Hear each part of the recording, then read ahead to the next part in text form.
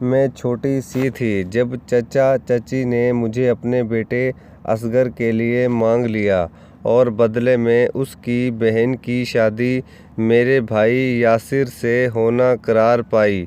اصغر میرا منگیتر بہت خوبصورت تھا۔ جب وہ ہمارے گھر آتا میں چھپ جاتی۔ جو حال میرا تھا وہی اس کا بھی تھا۔ ہم دونوں ہی ایک دوسرے کو چاہتے تھے۔ جس روز بھائی یاسر کی منگنی ہوئی اس روز میرا نکاح اصغر سے کر دیا گیا اور رخصتی 2 سال بعد ہونا تھی۔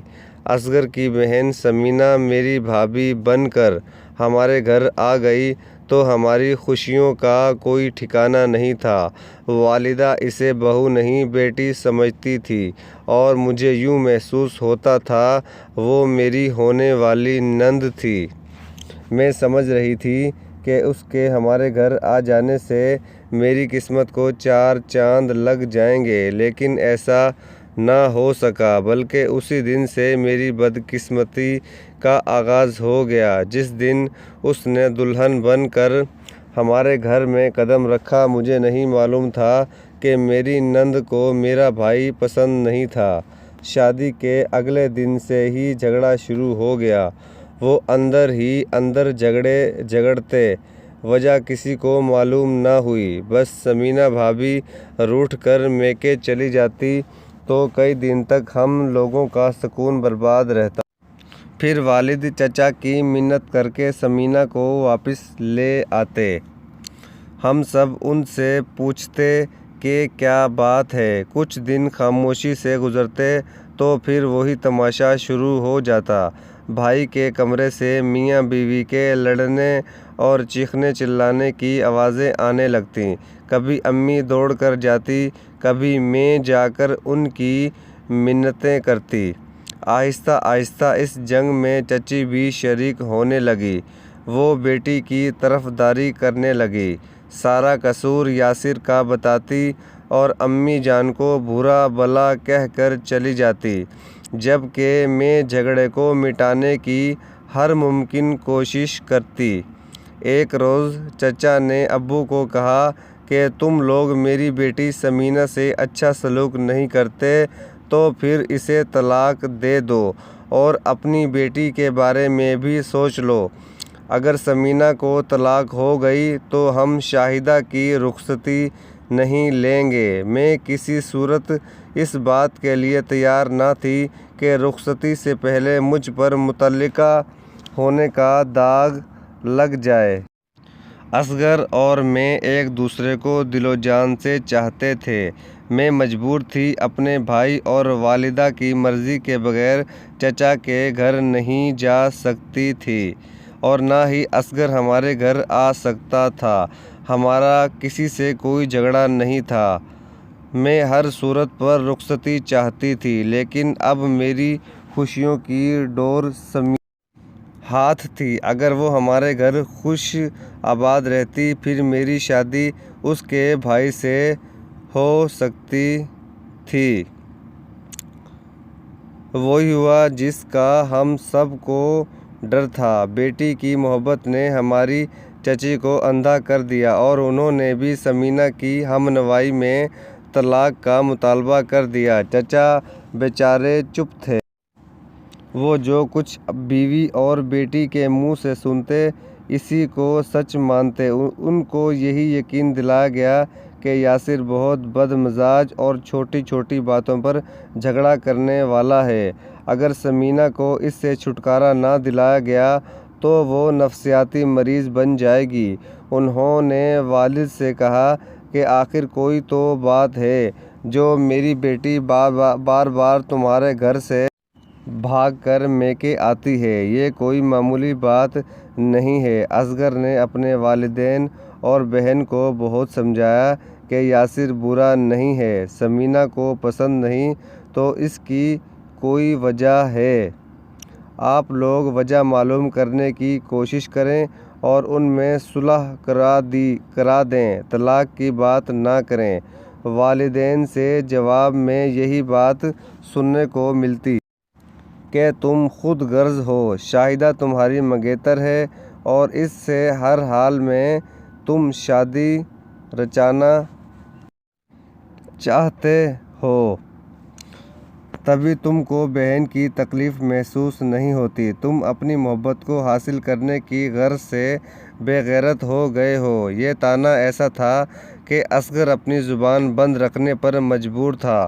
برادری اکٹھی ہوئی اور چچا نے طلاق کا معاملہ سامنے رکھ دیا۔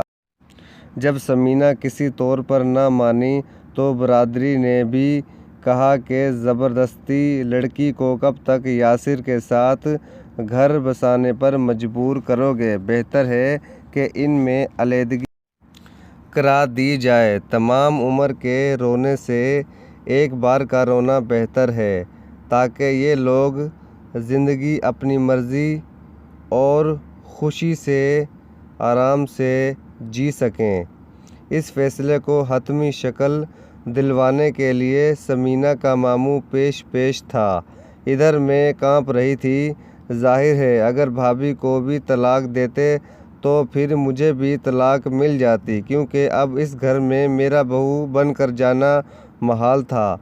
آخر ثمینہ جیت گئی۔ اس نے برادری کی حمایت سے یاسر بھائی سے طلاق حاصل کر لی۔ یہ خبر مجھ پر بجلی بن کر گری۔ میرے والدین نے بھی فیصلہ سنا دیا کہ اگر تمہاری لڑکی نے میرے بیٹے سے طلاق لی تو ہم بھی اپنی بیٹی کی طلاق کا مطالبہ آپ سے کرتے ہیں۔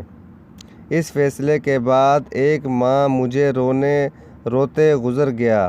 دونوں گھرانوں میں ایسی نفرت ہو گئی تھی کہ ایک دوسرے کی شکل بھی دیکھنا پسند نہیں کرتے تھے۔ ایسے میں اپنے منگیتر سے ملنے کی تڑپ اور زیادہ مجھے تکلیف دے رہی تھی۔ وہ جس کے ساتھ بچپن کھیلتے گزرا تھا، اب اسی سے پردہ ہو گیا تھا۔ پہلے چچا کا مکان ہمارے مکان سے نزدیک تھا، پھر والد صاحب نے دور گھر لے لیا۔ ہم کسی صورت نہ مل سکتے تھے۔ میں نے اپنی ایک کزن کا سہارا لیا، جو کہ اصغر کی بھی کزن تھی۔ اس کا نام صبا تھا۔ میں نے صبا کو اصغر کے پاس پیغام دے کر بھیجا۔ وہ ہرگز برادری کے دباؤ میں آ کر مجھے طلاق نہ دے۔ میں مرتے دم تک اسی کی رہوں گی۔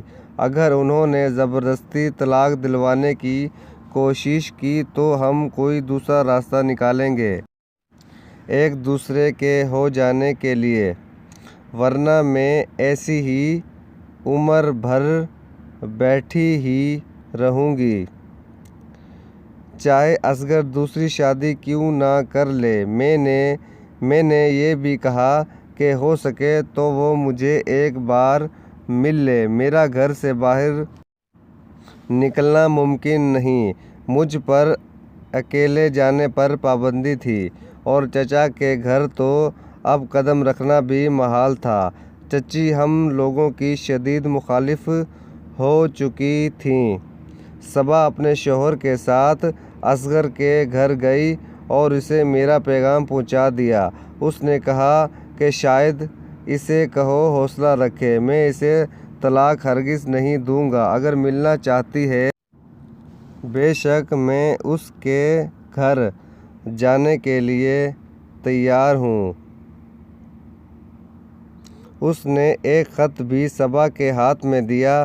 خط میں یہ لکھا تھا کہ شاہدہ تم فکر مت کرو، میں تمہیں ہرگز طلاق نہیں دوں گا۔ ہماری زندگیاں کھلونے نہیں ہیں کہ جب جی چاہے ہمارے بزرگ توڑ دیں۔ ہمارا نکاح انہوں نے اپنی مرضی سے کیا تھا، مگر طلاق کے معاملے میں ان کی مرضی نہیں چلے گی۔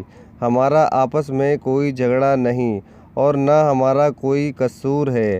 میں کل تمہارے گھر آؤں گا، پھر کچھ طے کریں گے۔ میرے دل کو سکون مل گیا اور میں خوفزدہ بھی ہو گئی کہ وہ ملنے آیا اور بھائی نے دروازہ نہ کھولا اور اسے گھر سے نکال دیا۔ تو پھر کیا ہوگا۔ جب اصغر مجھ سے ملنے کے لیے میرے گھر آیا تو میں نے آرام کے ساتھ دروازہ کھولا اور اس کو اندر بلا لیا۔ اصغر بھی گھبرایا اور واپس جانے کے لیے دروازے کی طرف بھاگا۔ بھائی نے پکارا، چور، اور اس کے پیچھے بھاگا۔ اصغر کے سر میں چوٹ آئی کہ وہیں گر گیا۔ شور سن کر امی ابو باہر نکلے تو وہ چور نہیں اصغر تھا۔ جلدی سے یاسر بھائی اور ابو نے اسے اٹھا کر چارپائی پر لٹایا۔ ہسپتال میں وہ 2 دن بے ہوشی کے عالم میں رہنے کے بعد اپنے خالق حقیقی سے جا ملا۔ میں اتنی جذباتی نہ ہوتی، عقل سے کام لیتی۔ اب کیا ہو سکتا ہے، جانے والا چلا گیا، پچھتاوا آج بھی دل کو زخمی کرتا رہتا ہے۔ اصغر کی وفات کے 6 برس بعد والدین کی منت پر میں نے شادی کر لی۔ لیکن دل نے ایک دن بھی خوشی کا نہ دیکھا۔ اسی طرح کی اچھی ویڈیوز دیکھنے کے لیے میرے چینل کو